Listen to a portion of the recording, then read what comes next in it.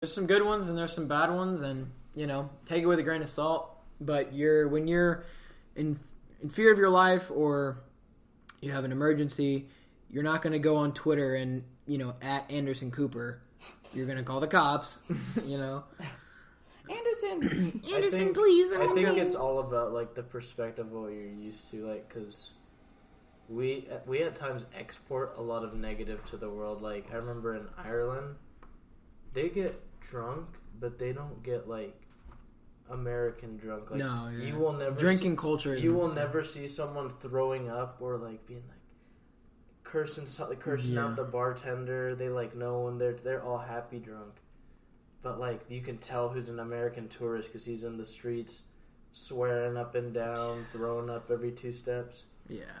But then you change it from tourist and you go, like, you look at a country that, like, has, like, because we've been in the Middle East for, like, the better part of a decade. Right.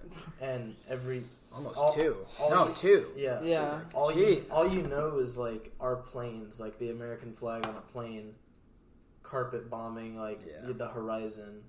And you can't you can't help but like have a certain view of like that symbol for sure on the daily destroys my world. Yeah.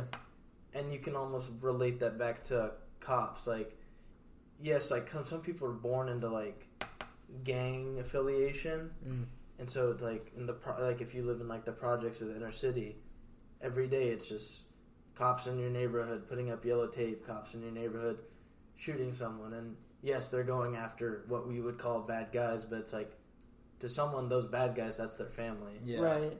Yeah. And so, I think it's just like, I get what you're saying. That's a good so perspective. crazy. Yeah. It's a good point. You gotta remember that too. That's what was so interesting. Yet again, Romania. Sorry. Wait, did you go to Romania? I did go to Romania. Oh my gosh. That's what was I don't know how I got away saying Ireland. That's what was so interesting about going to Romania is I heard a perspective of somebody was telling us about the whole when Romania during World War II. Let me just clarify. You went to Romania? I did. Right? Okay. During World War II. And how close is that to Haiti? Very far. Okay. It's not close. Romania during World War II was probably not by choice, but they were on the Axis side because of Russia. Yeah. So America came in and said, hey, if you help us out, we will protect you when the war's over. We won't let Russia take you over. And, war ends. We didn't do that. Yeah. We backed out, right? Yeah. Now, we had our own issues. I don't think, predicted that at the end of the war we would be fighting a Cold War with Russia. Yeah. So I think if we had tried to take Romania over, it would have been a whole different issue. Nukes are flying, people are dying. It probably wouldn't have been good. No. So that's a whole different conversation. But for a long time, we were talking to this guy that was saying that he had been in a conversation with these people, and they were talking about how this one lady's perspective on Americans was very poor. She said because back in the day, what were they doing? When they saw a plane fly overhead, they were like, oh, the Americans are coming to save us. Yeah. They never came. Yeah.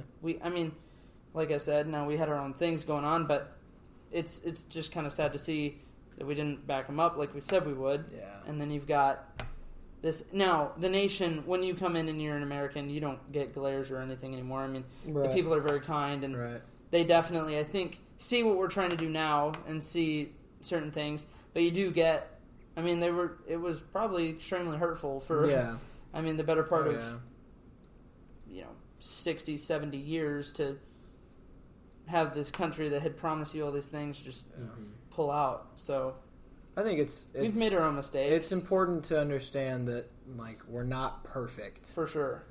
Because at the end of the day, no country is going to be perfect. No, nothing built by human hands is going to be perfect. No. Hearts and minds tactic does not always work. Yeah. Especially once you get to the because you can say we're here to win hearts and minds in a military setting. Yeah. But then that gets carried out by the very bottom, and there's no telling what can happen with them on a daily basis, and hearts and minds becomes a very. Did you see that? No. There was some weird bug that flew back there, right over my head into this thing. his house now. That was weird. It was like yellow. Chills, bro. Guys, we just had a ghost spotting. We just had a strange light anomaly. This is a sign I should start my cult. Yes. That's good. Well, Austin, where can they find you?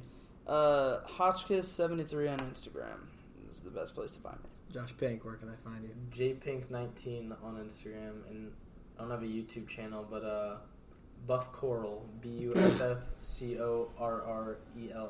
Shout out to Buff Coral. What a Again, guy, dude. go check out the Patreon, and if you don't want to spend any money on me, that's fine, dude. Or Go- me and go- my 8 children. And his almost 9 children, but rest in peace, little Timmy.